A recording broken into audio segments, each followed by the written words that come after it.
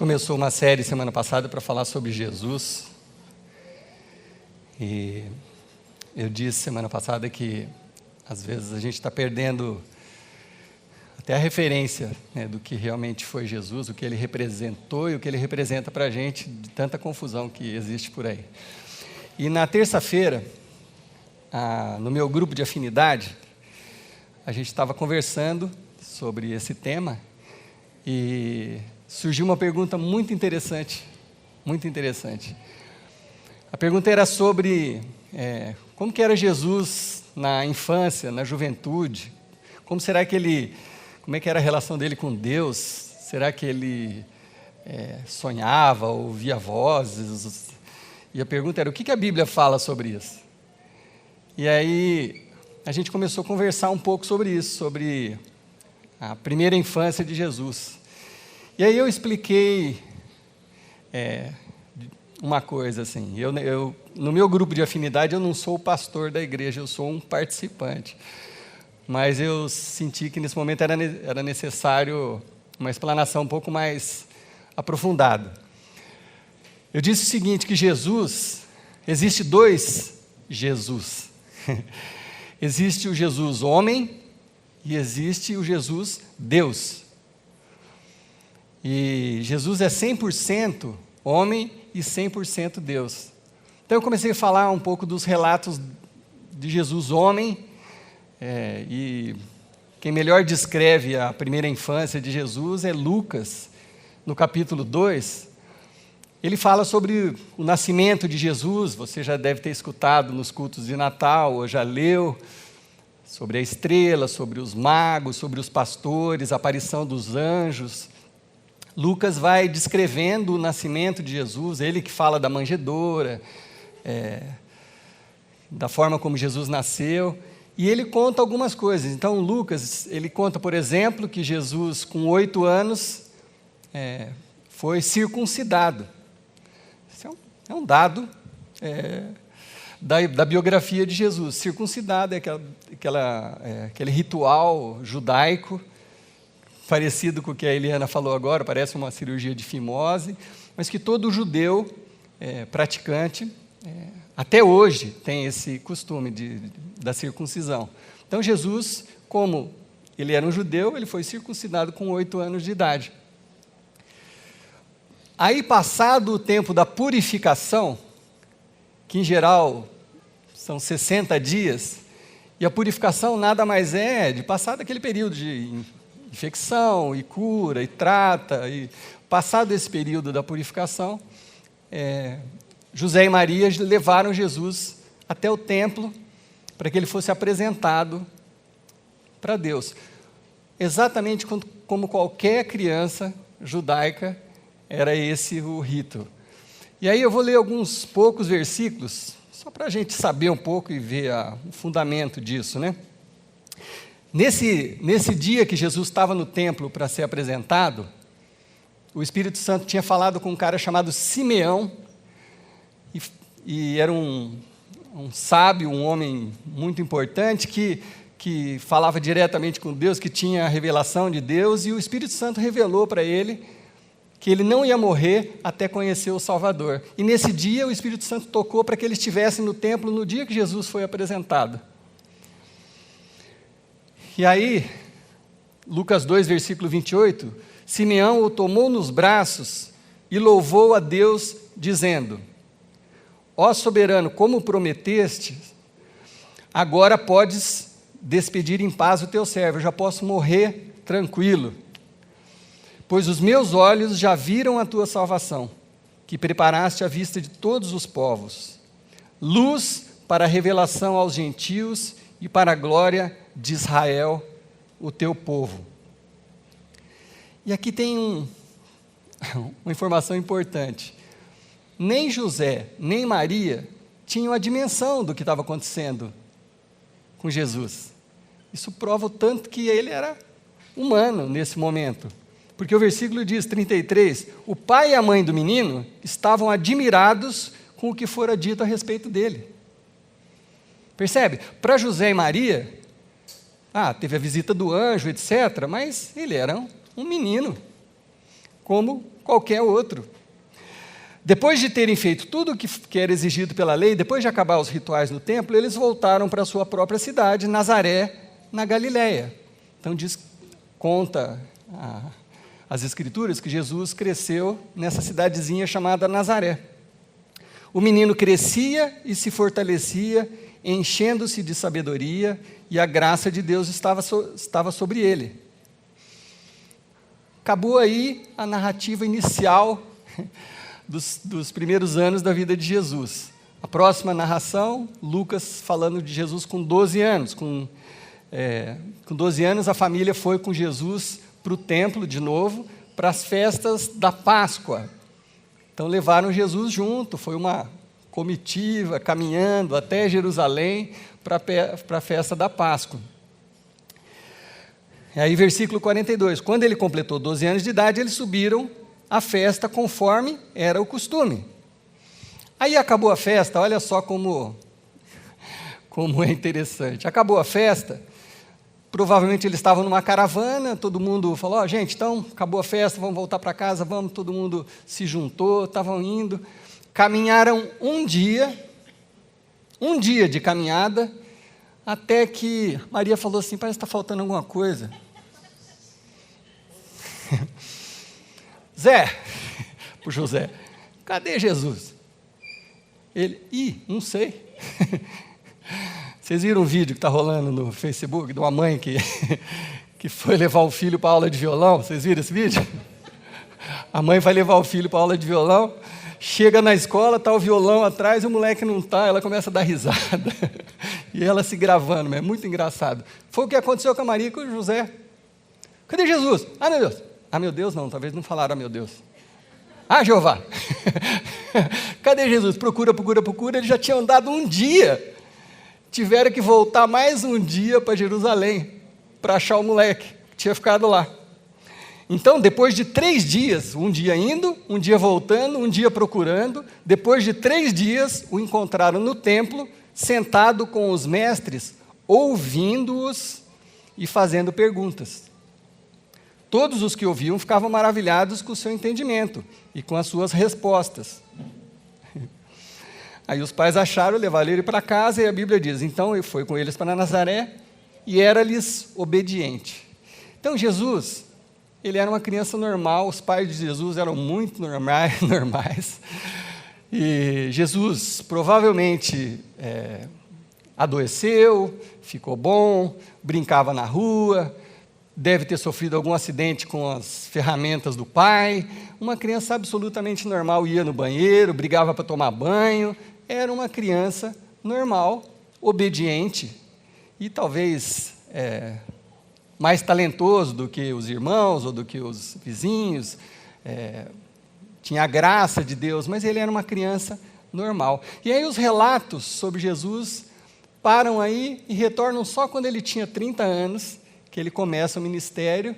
Jesus reaparece naquela festa de casamento, onde acabou o vinho e etc. E vocês conhecem a história. Então, até aqui, Jesus é 100% homem, e ele precisava ser 100% homem. Por quê? Para nos conhecer. Jesus precisava passar pelas dores, pelas traições, pelas doenças, pelas dificuldades, por tudo, para conhecer sobre mim e sobre você. Então ele era homem, Então ele riu, ele chorou, ele ficou desapontado com os amigos, ele foi traído por pessoas muito próximas a ele, ele sofreu dores, torturas, prisões, alegrias, foi a festas, a jantares, foi criticado, foi acusado de coisas que ele não fez. Jesus viveu tudo o que a gente vive.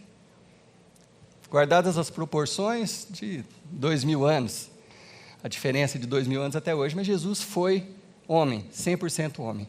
Mas o outro Jesus, o Jesus Deus, quem nos apresenta é um seguidor de Jesus, o apóstolo João. Ele faz uma apresentação de Jesus na abertura do livro dele, no primeiro capítulo de João, que aí ele está falando de uma outra coisa. Ele está falando numa outra dimensão. Ele não está falando daquele menino que ficava correndo, que foi lá, que era obediente, ou que sofreu. Ele estava falando numa outra dimensão. Jesus, Deus, que Jesus também era 100% Deus. João fala umas coisas, olha a abertura do livro de João, ele fala assim, olha, no princípio de tudo, era aquele que é a palavra. Em outras versões diz o verbo. No princípio era aquele que é a palavra. Ele estava com Deus, ele era Deus. Todas as coisas foram feitas por intermédio dele. João está falando de Jesus. Lá no princípio, existia a palavra, estava com Deus, era Deus. Todas as coisas foram feitas por intermédio dele. Nele estava a vida, e esta era a luz dos homens. A gente podia gastar facinho 3 dias aqui conversando sobre esses 3 versículos, e talvez ainda fosse difícil da gente compreender. Como assim Jesus estava na criação do universo junto com Deus? Mas Jesus era Deus, ele existe desde sempre. O Espírito, Jesus, é Deus. Então Jesus é esses 2 lados. João continua, aquele que é a palavra, aquele que é o verbo, estava no mundo, e o mundo foi feito por intermédio dele. Nós fomos criados por causa de Jesus. Não vai dar tempo de explicar isso profundamente hoje, mas é muito lindo e muito profundo. Mas ele diz, mas o mundo não o reconheceu, não entenderam esse Deus. Eles entenderam o homem, nem todos entenderam esse Deus. Contudo, aos que entenderam, aos que receberam, aos que creram em seu nome, deu-lhes o direito de se tornarem filhos de Deus. A gente falou disso semana passada. Aqueles que creram que Jesus era Deus, além de ser homem, ele era também Deus, aos que creram no seu nome, esses nos foi dado o direito de sermos conhecidos como filhos de Deus. Então esse é o Jesus 100% Deus, 100% divindade, que veio nos salvar. Qual a melhor palavra que descreve esse Jesus? Na minha opinião, amor. Porque Deus amou o mundo, ele deu o seu Filho Jesus, para que todo aquele que nele crê não pereça. Então tudo começou com o amor, e tudo que Jesus falou e tudo que Jesus ensinou tinha a ver com amor.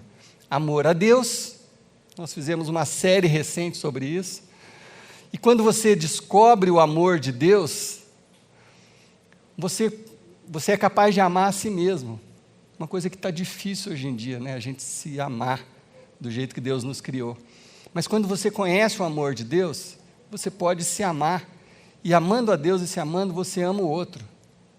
Foram essas 3 dimensões do amor, quando Jesus foi perguntado qual é as coisas mais importantes de tudo, de lei, de profeta, Jesus falou, ame a Deus acima de todas as coisas e ao teu próximo assim como você ama você. São 3 níveis do amor que Jesus veio ensinar. Então, tudo que Jesus falou tem a ver com o amor. Agora, a minha pergunta é, como que esse amor pode causar uma mudança na minha vida, transformar a minha e a sua vida?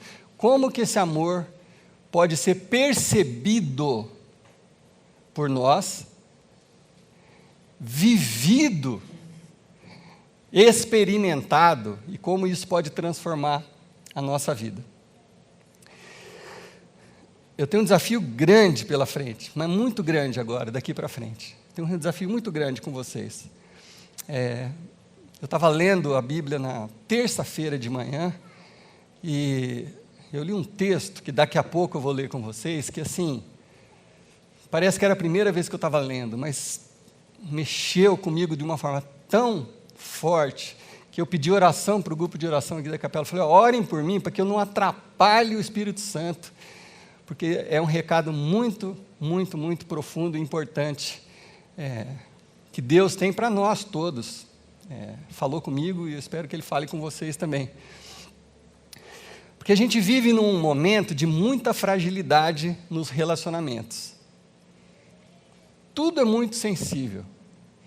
As pessoas estão muito sensíveis.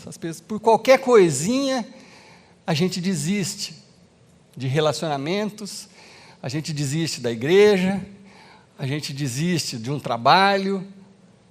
A gente anda muito frágil, os relacionamentos, tudo está muito frágil nesse mundo de hoje. Se a gente fosse filosofar um pouco, Bauman fala que a gente vive uma sociedade líquida, quer dizer, ela está escorrendo, tudo é muito frágil, tudo muito passageiro, as coisas parecem que não têm durabilidade, não têm firmeza. A coisa mais fácil da gente imaginar que causa tudo isso é o egoísmo. Pensa bem, se você pensar um pouco sobre isso, falar, é porque as pessoas estão cada vez mais egoístas, cada um pensando só em si. É verdade, eu concordo com vocês que pensam assim, eu acho também que a gente está cada vez mais egoísta. Mas eu falei, mas assim, não adianta você pensar no egoísmo como causa, e daí? Como é que você resolve isso? Então, estudando isso mais profundamente, eu sinto que esse egoísmo tem a ver com um medo. E é um medo do abandono. Medo do abandono. Eu acho que todos nós, de alguma forma, temos medo de sermos abandonados, de sermos deixados, de sermos trocados. Por isso, a gente vai trocando as coisas. Então, assim, está fácil hoje em dia, não estou feliz nessa família, preciso achar um lugar onde eu me sinta mais seguro, uma outra pessoa que me dê segurança, porque eu não estou sentindo segurança nesse ambiente, ou nessa igreja, ou nesse trabalho, e por qualquer coisa, a gente está tão frágil, por qualquer coisa a gente troca os relacionamentos e até com Deus, qualquer coisa enfraquece a nossa fé. Então, nós todos temos esse medo de sermos abandonados. Então, está fácil um pai e uma mãe sair de casa hoje. Agora, imagina uma criança, e são milhões, muitos estão aqui hoje. Imagina uma criança que foi abandonada por um pai, ou por uma mãe, ou pelos dois, mesmo que eles estejam morando na mesma casa. Tá? Não estou falando só de divórcio, não. Uma criança abandonada por pai ou pela mãe, mesmo que esteja morando na mesma casa, como que ela vai crescer? Como que ela vai imaginar Deus? Com que segurança ela vai crer em Deus e confiar em Deus? Nós falamos semana passada que a coisa mais importante que Jesus veio nos ensinar é confiar em Deus. Então, como que essa criança abandonada vai crescer em relação à segurança? Percebe? Então, isso vai se espalhando. A gente está cada vez mais inseguro, cada vez com mais medo. Então, o que Jesus veio anunciar é o contrário disso. Jesus veio falar, olha, Deus amou tanto você e a mim, que por amor, Ele me enviou a esse mundo para sofrer, para ser crucificado, para morrer por você. Então, assim, um Deus que ama nesse nível, não está de brincadeira. Não está de brincadeira. Ele quer ser o seu porto seguro. Ele quer ser a sua segurança. Quem faz isso, quem entrega o próprio filho por uma outra pessoa, não pode estar brincando, não pode estar de brincadeira.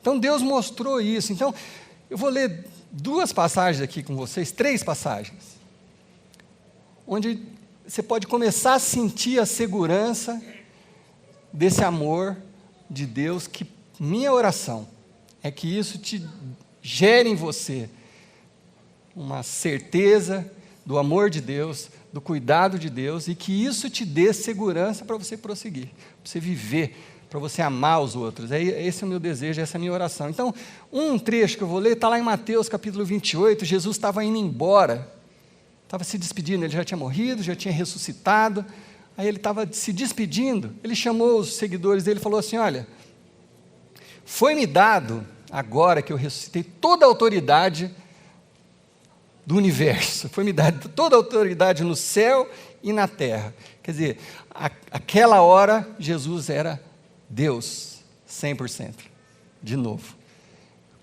Então ele estava pronto para ir, ele falou, olha, agora eu estou com toda a autoridade, todo o poder que você pode imaginar estava sobre Jesus naquele momento. Portanto, recomendação, vão, façam discípulos de todas as nações, batizando-os em nome do Pai, do Filho e do Espírito Santo, ensinando-os a obedecer tudo que eu lhes ordenei. Jesus está dando uma missão para a gente, olha, agora que vocês entenderam, vão e preguem o Evangelho, espalhem essa notícia. Mas aí ele faz uma promessa. E eu estarei sempre com vocês, até o fim dos tempos. Você acha que Jesus estava brincando? Não estava brincando. Ele falou, eu estarei sempre com vocês. Vocês creram em mim? Pode acontecer o que for, eu estarei sempre com vocês até o fim dos tempos. Não é exatamente esse medo, essa insegurança que nos leva a ficar deprimidos?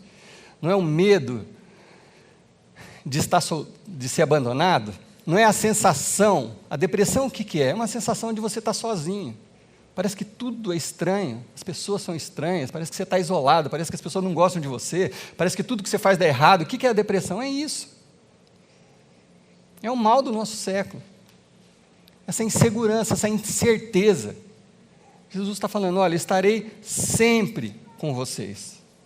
Tá, vamos seguir, aonde mais? Hebreus capítulo 13. Nós lemos Hebreus semana passada, no finalzinho da Bíblia. Hebreus capítulo 13, versículo 5.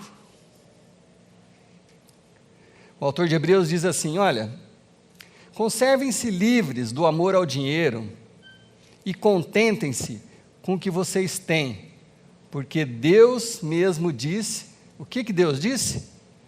Nunca o deixarei, nunca o abandonarei.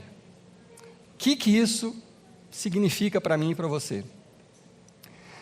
A gente sabe que você pode, alguns talvez até tenham vontade de dar risada agora, você pode ter uma Ferrari na sua garagem e ainda assim estar triste, sim ou não?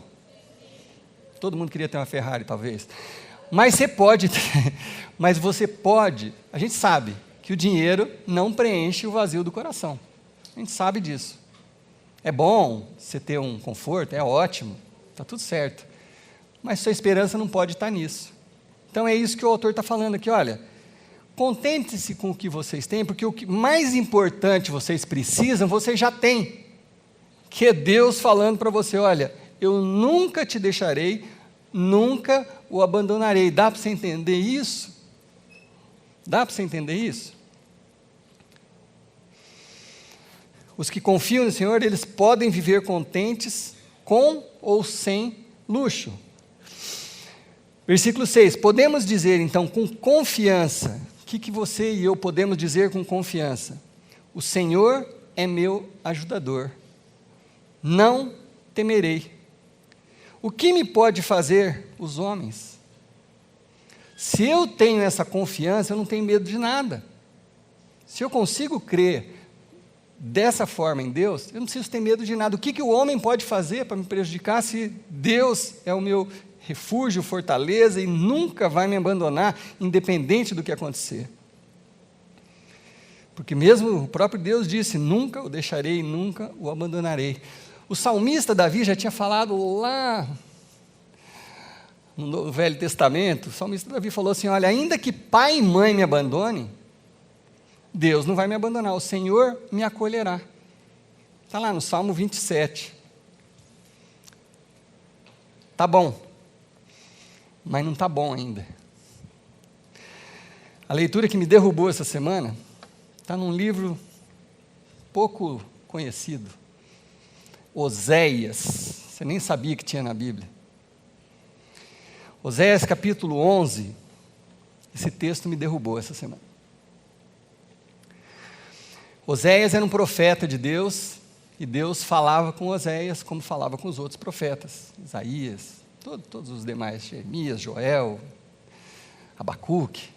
Deus falava com esses homens, a gente não sabe exatamente como, eles nunca explicaram tão bem, alguns eram através de sonhos, outros talvez pela leitura, outros talvez, sei lá, pela uma sensação forte no coração, mas Deus falava com esses homens. E Deus mandou um recado para nós, para todos nós, através de Oséias. E eu quero fazer uma ressalva antes de eu ler o texto, que é assim, quando você ouvir a palavra Israel ou a palavra Efraim, Israel é o povo de Deus, Efraim também é o povo de Deus. Efraim era um filho de José, também é considerado povo de Deus. Então, é como se Deus estivesse falando, meu povo, quando ele fala Israel ou quando fala Efraim. Olha o que Deus fala assim, quando o povo de Deus era menino, eu o amei, e do Egito eu o chamei meu filho. Deus olhou, o povo estava escravizado lá, Deus olhou para aquilo, eles não tinham conhecimento de Deus, eram meninos. Deus olhou e os amou e os chamou de filhos. Mas fui eu que ensinou Efraim a andar, tomando-o nos braços. Mas eles não perceberam que fui eu quem os curou, eles não tinham nem a noção do que Deus estava fazendo, eles não tinham essa noção. Eu os conduzi com laços de bondade humana e de amor, tirei do seu pescoço o jugo e me inclinei para alimentá-los. Deus está falando do cuidado com que ele teve com esse povo. E aí, Oséias fala que o povo foi rebelde, criou outros ídolos, se apartou de Deus. Oséias conta isso, e aí olha a resposta de Deus a isso. Deus falou assim, diante de tudo isso, como que eu posso desistir de você, Efraim? Como que eu posso entregar você nas mãos dos outros, Israel? O meu coração está enternecido, despertou-se toda a minha compaixão. Você não entendeu ainda. Deixa eu te explicar isso direito. Eu queria que meu filho subisse aqui no palco. Cadê o Davizinho? Vem aqui, Davi.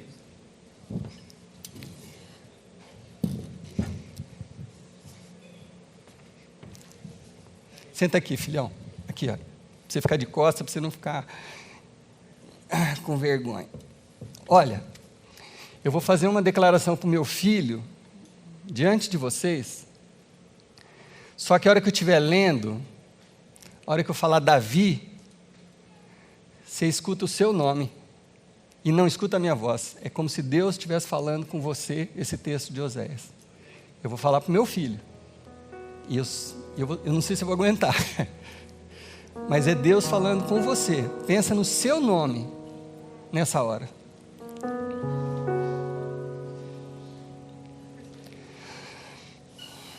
Davi, quando você era um bebê, eu te amei e te chamei meu filho.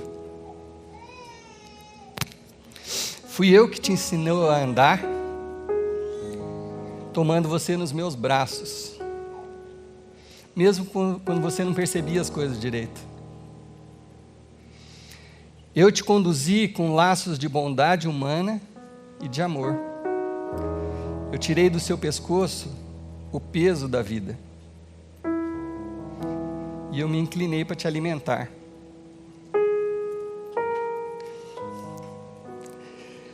Como que eu vou desistir de você, Davi? Como que eu posso te entregar na mão dos outros? Filho, eu estarei sempre com você. Jamais te abandonarei. Vem aqui.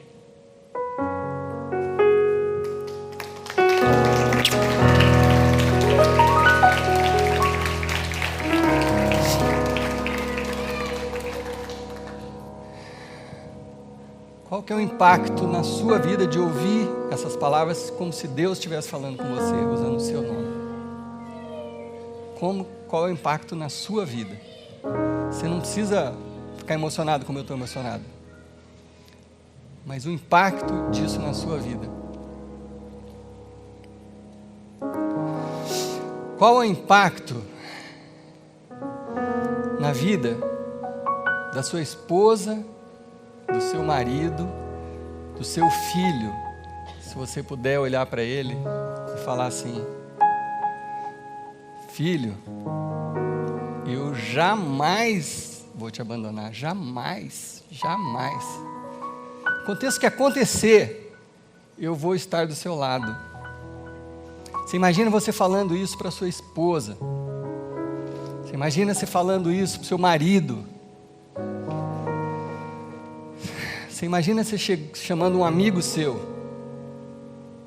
Estou com vontade de chamar alguns aqui, não vou chamar. Não quero fazer sensacionalismo.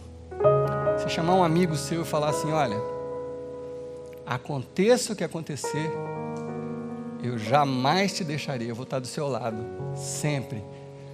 O que isso muda na sua vida? Eu não sei. Eu sei que essa palavra entrou como uma lança no meu coração. Eu sou uma pessoa melhor de terça-feira para hoje, por causa dessa palavra. Aconteça o que acontecer, eu sei que eu tenho um Deus que me ama, que me chama de filho, que me cuidou desde que eu nasci, desde pequeno, me alimentou, me alimenta até hoje, é Ele que me dá tudo. E que jamais vai me deixar. Amém? Amém? Receba essa palavra, meu irmão, é para você. Em nome de Jesus, em nome de Jesus. Paizinho,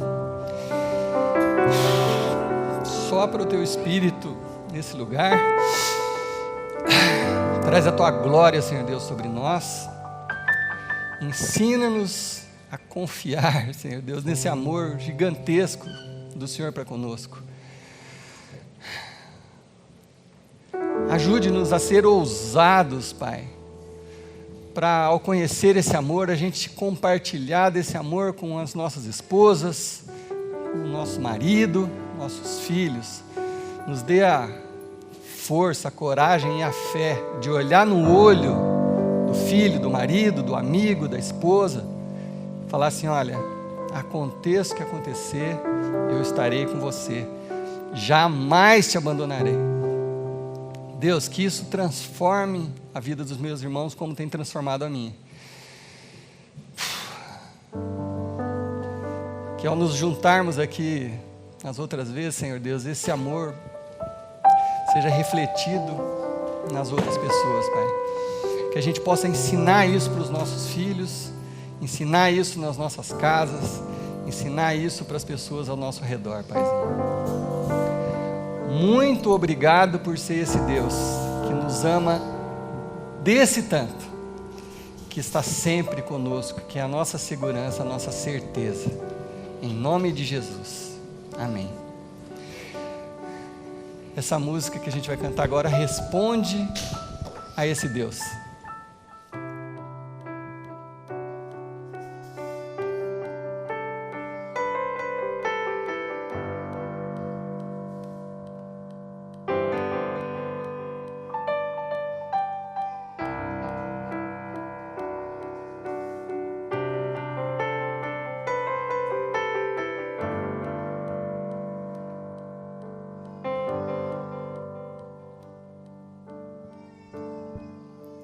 Surge perdido eu estava, o teu amor curou a minha dor.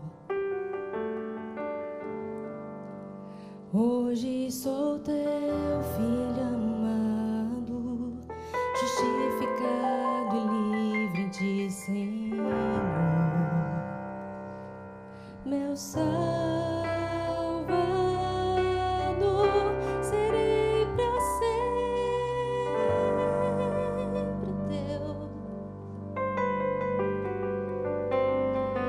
Meu libertador,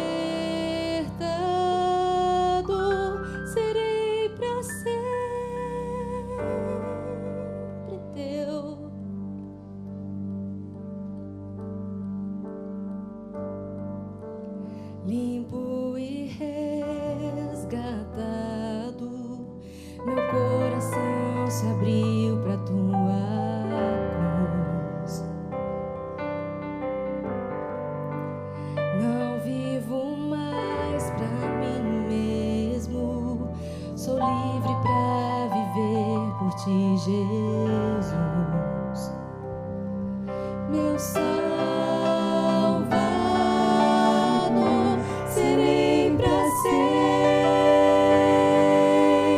teu, meu libertador. Serei pra sempre teu, meu Salvador. Serei pra sempre teu, meu libertador. Serei pra sempre teu, e eu te amarei de todo o coração.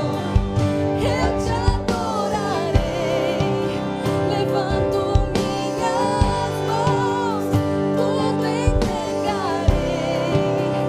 Sacrifício vivo, és o meu prazer, razão do meu viver. Eu te amarei de todo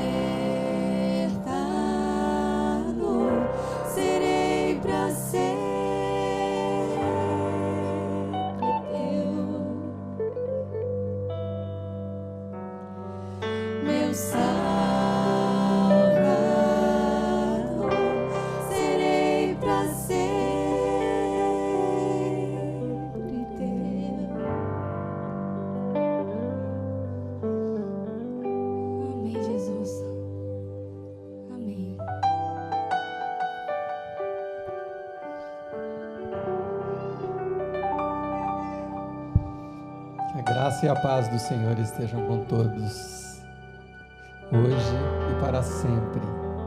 Amém. Deus os abençoe.